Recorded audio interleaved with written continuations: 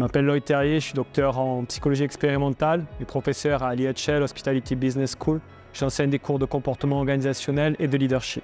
Alors dans le cadre de ce projet, nous avons identifié 21 pratiques pédagogiques qui permettaient d'améliorer la création de vidéos pédagogiques. Nous avons ensuite mesuré lesquelles de ces pratiques étaient les plus répandues dans le réseau HESSO et ce au sein des différentes catégories de cours.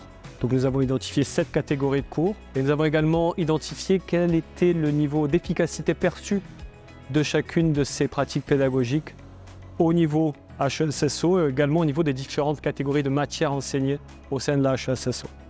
L'objectif de ce projet, c'est d'améliorer l'expérience d'apprentissage des étudiants via la création de vidéos pédagogiques de meilleure qualité. Donc à l'heure d'aujourd'hui, nous n'avons pas de mesure directe de l'impact de ces différentes pratiques sur les étudiants et c'est clairement une piste de recherche pour le futur ici au sein de la HESSO. Cette recherche apporte une piste de réflexion pour les enseignantes et enseignants de la HESSO sur la façon dont on crée de bonnes vidéos pédagogiques. L'idée, c'est vraiment cette réflexion plus que d'apporter une réponse définitive à la question comment créer une bonne vidéo pédagogique. Donc l'idée, c'est de réfléchir, l'idée, c'est également de permettre à celles et ceux qui souhaitent améliorer la qualité de leur vidéo de le faire. Je me garderai bien de formuler des réponses ou des recommandations définitives sur cette question-là, parce qu'en fait, comme je vous l'ai dit, l'étude est exploratoire, donc ça nous amène à nous questionner.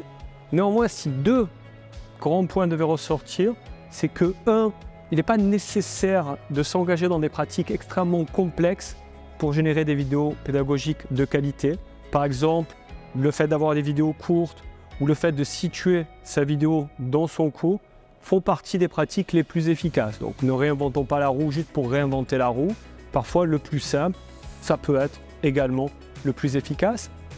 Le deuxième point, c'est qu'il semblerait que certaines pratiques pédagogiques aient plus d'impact dans certaines catégories de matières que dans d'autres. Donc là encore, on est à un niveau exploratoire, mais probablement que les recherches futures devraient interroger cette question. Quelles sont les meilleures pratiques selon les matières qui sont enseignées? Il faudra avancer là-dessus. Pour la digitalisation, comme pour le reste, complexité ne veut pas dire efficacité. Et d'une manière générale, utiliser les outils les plus adaptés.